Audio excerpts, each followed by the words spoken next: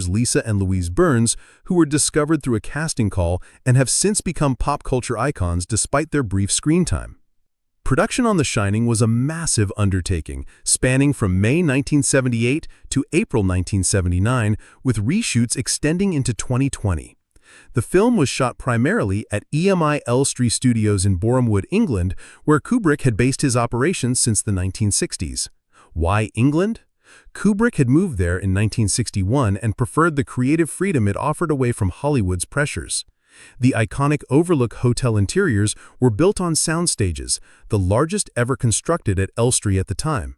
Set designer Les Tompkins and art director Roy Walker drew inspiration from various American hotels, including the Ahwahnee Hotel in Yosemite National Park for the Grand Lobby and Ballroom.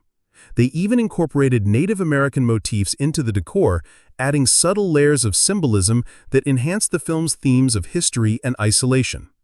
Exterior shots of the Overlook were filmed at the Timberline Lodge on Mount Hood in Oregon, a real ski resort built in 1937 as part of the Works Progress Administration. The lodge's owners requested that Kubrick change the infamous room number from 217 in the book to 237 in the film, fearing it might scare off guests. And Room 217 at the Stanley Hotel, King's inspiration, is now one of the most booked haunted rooms in America.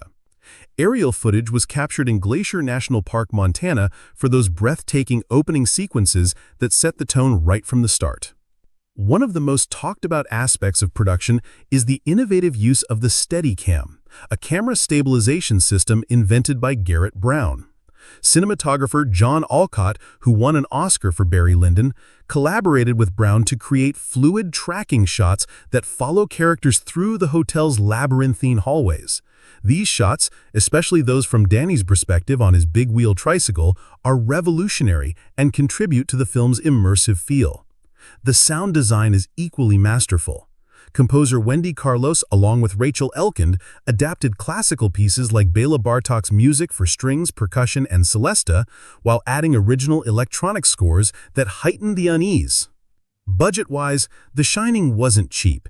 It cost around $19 million to make, which was substantial for a horror film in the late 1970s.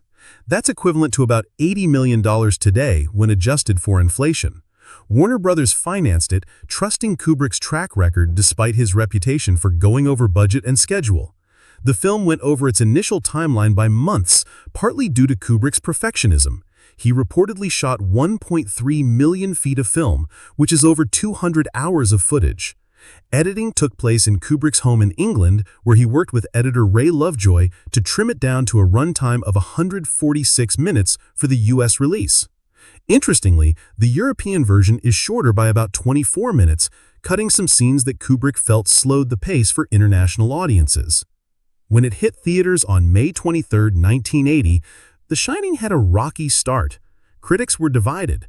Some praised its technical brilliance, while others found it too slow or deviating too much from King's novel. Roger Ebert initially gave it a mixed review, but later upgraded it in his Great Movies series, calling it a brilliant, ambitious, infuriating film.